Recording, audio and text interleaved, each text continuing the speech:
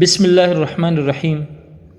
کبھی کبھی زندگی میں ایسا وقت آتا ہے جب لگتا ہے کہ ہر طرف سے راستے بند ہو گئے ہیں، مہنگائی بڑھتی جا رہی ہے، قرض سر پر کھڑا ہے، کاروبار میں نقصان ہو گیا اور ذہن میں بس ایک ہی سوال گھومتا رہتا ہے، اب کیا ہوگا؟ دل بے چین ہو جاتا ہے، رات کی نیند اڑ جاتی ہے، بندہ سوچتا ہے میں کیا کروں، رزق میں برکت کیسے آئے؟ لیکن یہاں ایک بات سمجھنے والی ہے، یہ آزمائش صرف ہمارے ساتھ نہیں ہوتی، اللہ کے سب سے پیارے بندے بھی اس راستے سے گزرے ہیں۔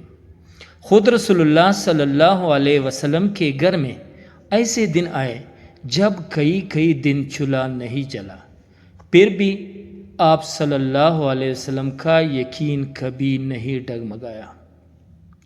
تو سوچئے، جب نبی کریم صلی اللہ علیہ وسلم پر بھی رزق کی تنگی آتی تھی تو آپ کیا کرتے تھے؟ آئیے سمجھتے ہیں۔ نبی کریم صلی اللہ علیہ وسلم کی زندگی سے ہمیں سب سے پہلا سبق یہی ملتا ہے، جب مشکل آئے سب سے پہلے اللہ کی طرف لوٹو۔ آپ صلی اللہ علیہ وسلم پریشانی کے وقت سیدھے نماز کی طرف چلے جاتے۔ نماز آپ صلی اللہ علیہ وسلم کے لیے محض ایک رسم نہیں تھی، بلکہ وہ لمحہ تھا جب دل کو سکون ملتا اور اللہ سے براہ راست بات ہوتی۔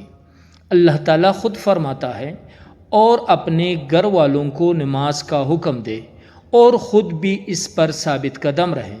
ہم آپ سے رزق نہیں مانگتے، ہم آپ کو رزق دیتے ہیں۔ مطلب یہ کہ محنت تو کرنی ہے، لیکن رزق دینے والا صرف اور صرف اللہ ہے۔ دوسری بات، استغفار اور معافی مانگنا۔ رزق کے دروازے کھولنے کا ایک بہت آسان مگر طاقتور طریقہ ہے استغفار۔ حضرت نوح علیہ السلام نے اپنے قوم کو یہی سمجھایا تھا، اپنے رب سے بخشش مانگو، بے شک وہ بہت بخشنے والا ہے، وہ تم پر خوب بارشیں برسائے گا اور تمہیں مال اور اولاد سے نوازے گا۔ استغفار صرف زبان سے 2 لفظ بولنا نہیں، دل سے یہ ماننا ہے کہ اللہ میں کمزور ہوں، تو ہی سہارا ہے۔ تیسری بات، تقویٰ، اللہ سے ڈرنا، اللہ پر بھروسہ رکھنا۔ قرآن مجید میں اللہ تعالیٰ نے ایک بہت دلچسپ وعدہ کیا ہے، فرماتے ہیں، اور جو اللہ سے ڈرتا ہے اللہ اس کے لیے نکلنے کا راستہ بنا دیتا ہے اور اسے وہاں سے رزق دیتا ہے جہاں سے اسے گمان بھی نہیں ہوتا۔ سوچے ذرا، جہاں سے گمان بھی نہیں ہوتا، یعنی رزق کا راستہ کبھی بھی کہیں سے بھی کھل سکتا ہے، بس شرط یہ ہے کہ ہم حلال راستہ نہ چھوڑیں۔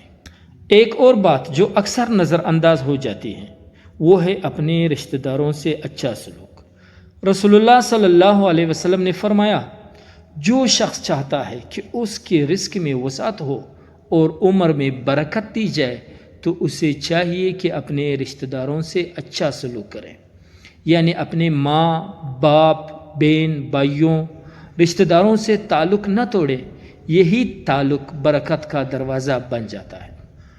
اگلی بار جب رزق کی تنگی محسوس ہو، مایوس نہ ہو، محنت جاری رکھیں، حلال راستہ نہ چھوڑیں اور دل ہمیشہ اس ذات سے جوڑے رکھیں جس کے ہاتھ میں دنیا کے سارے خزانے ہیں، اور یہ دعا ہمیشہ پڑھا کریں، اللہم انی اعوذ بک من الکفر والفقر، اے اللہ میں کفر اور فقر سے تیری پناہ مانگتا ہوں۔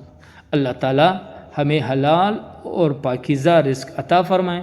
وآخر دعوانا ان الحمد للہ رب العالمین۔